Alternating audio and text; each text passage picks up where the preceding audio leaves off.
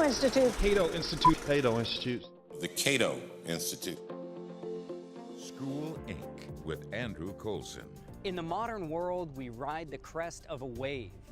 Every day, innovators discover new and better ways of meeting our needs. The greatest innovations are routinely replicated worldwide, except in education. Opponents add that DeVos could impose her religious beliefs on the country's education.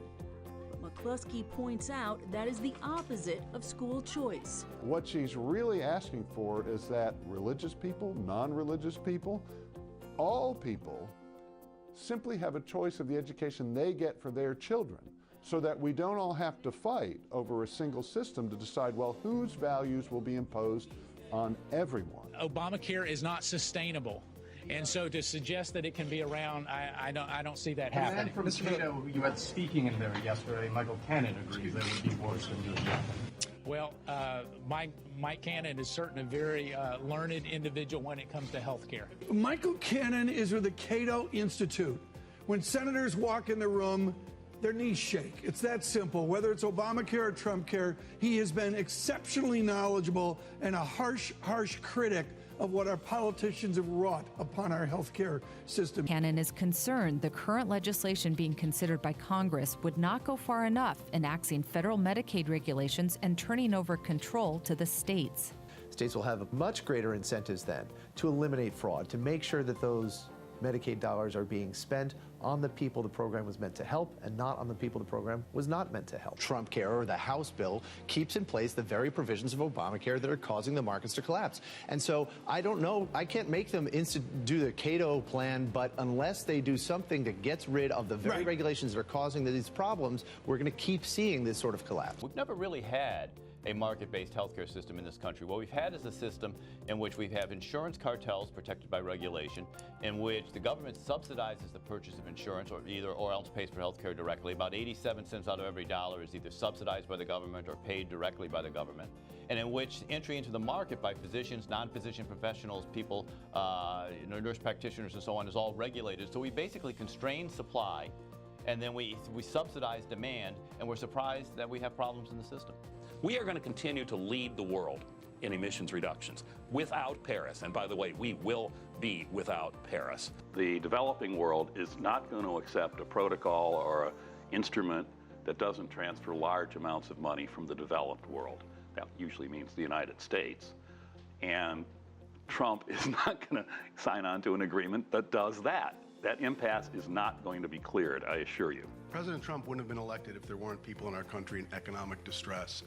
But I think that it is a misdiagnosis to blame it on trade. And if we go down that route, we're just going to make everyone poorer. This has the potential over a decade to add trillions to the deficit, conceivably. Not the corporate tax cut. The individual side, I think they ought to offset it with spending cuts, or they ought to offset it with closing loopholes. But I think the corporate tax cut, I think that will pay for itself. There are probably millions of people who have moderate disabilities who can and want to be back in the workforce, but the current disability program disincentivizes them. It encourages them to stay out of the workforce. So I think if we can make some of these reforms, get people back into the workforce, that would boost growth. Instead of actually doing away with too big to fail, the way a lot of politicians promised, Dodd-Frank made that explicit. Instead of having an implicit guarantee, there's now this effectively explicit guarantee where certain banks and other kinds of institutions, insurance companies, are designated by the government as systemically important. The business community was really depressed under the Obama administration. It was, what's new regulation next week? I can't really invest in my business. They're energized and hopeful. Now they need to see some action, but they're very hopeful, and psychology matters. Now, the author cites Emily Eakins, a Cato Institute scholar, who says, quote, "I think there's a lot of evidence to support the idea that Trump's main appeal was validating the fears and concerns of a certain segment of Americans who felt they were being ignored by elites in the media, elites in politics, and elite Republicans. Is they basically said for those who voted for Donald Trump, there's about 5 different groups, and they have different issues that they care about. For Democrats, it's not about the issues per se, it's more about the energy and coming together. Would you agree with those broad themes that the Cato Institute came up with in their research and looking into this quote-unquote Trump effect? The data that we have is something called panel data, which means that we have answers to survey questions for the same people from 2012 and 2016. So we know how they voted. And we looked at those people who switched their votes over to Trump. Right. And those people, what made them distinctive? It was their attitudes on immigration. This is the only country that they know. They are educationally and culturally American. That's why over 80%, about 80% of Americans have sympathy for them and want to give them at least the ability to stay or a path to citizenship. So these are people that we can have a lot of sympathy for, and generally we don't like to punish people for the crimes of their parents. There is no legal way for the vast majority of these people to come to this country. You should know that if you actually went through the legal immigration process. I do know that. There is no... You're just a bleeding heart liberal. What green card would somebody use who does not have a college degree, who does not have any American family? What green card category will he use to come to this country legally? Answer that question.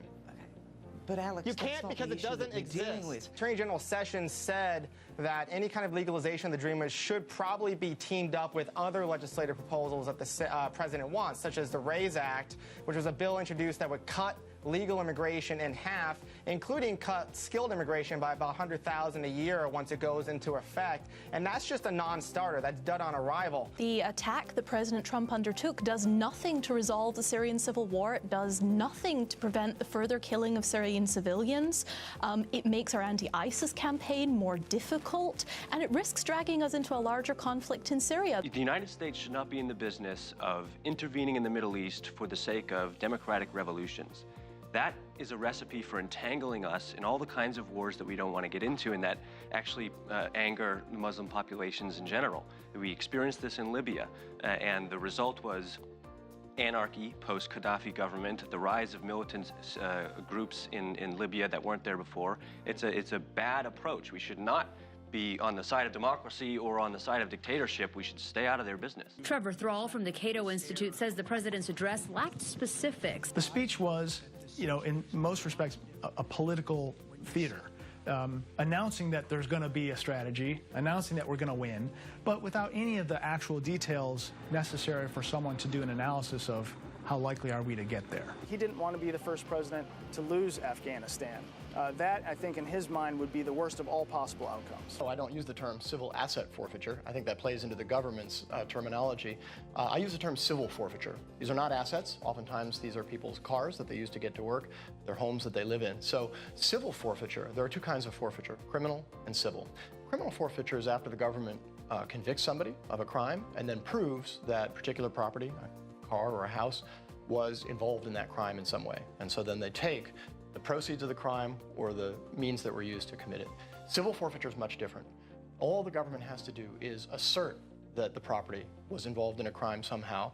Then they get to take it, and then the burden shifts to the owner of that property to try to get it back. And the procedures for doing so are mind-numbingly complex.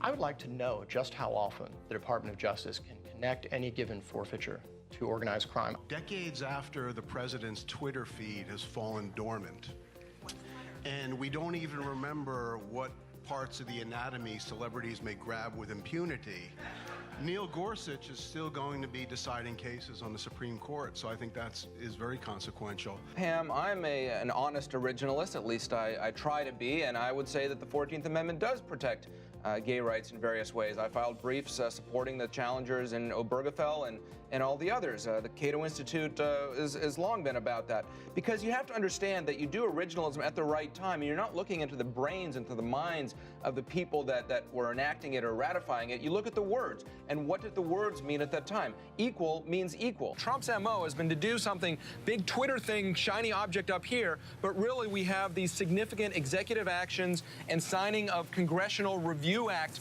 resolutions down here that deregulate a lot, whether it's financially Treasury, Labor Department, lots of other sorts of things that nobody's paying attention to. The executive actions people are paying attention to are sanctuary cities and travel ban and whatnot. But really, I think what we'll see going forward is rolling back all of President Obama's, or a lot of it, pen and phone actions, which he can do, because if you live by executive action, you're going to die by executive action. Wow.